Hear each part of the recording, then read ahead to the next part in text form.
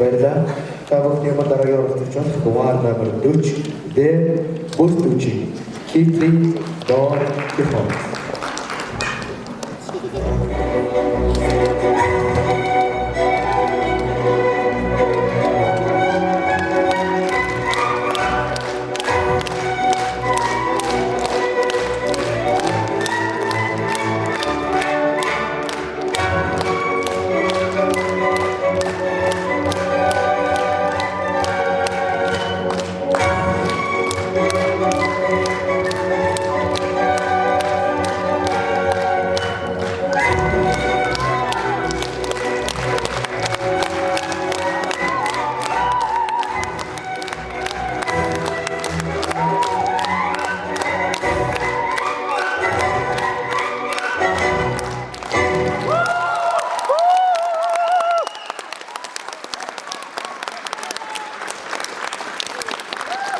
Bravo!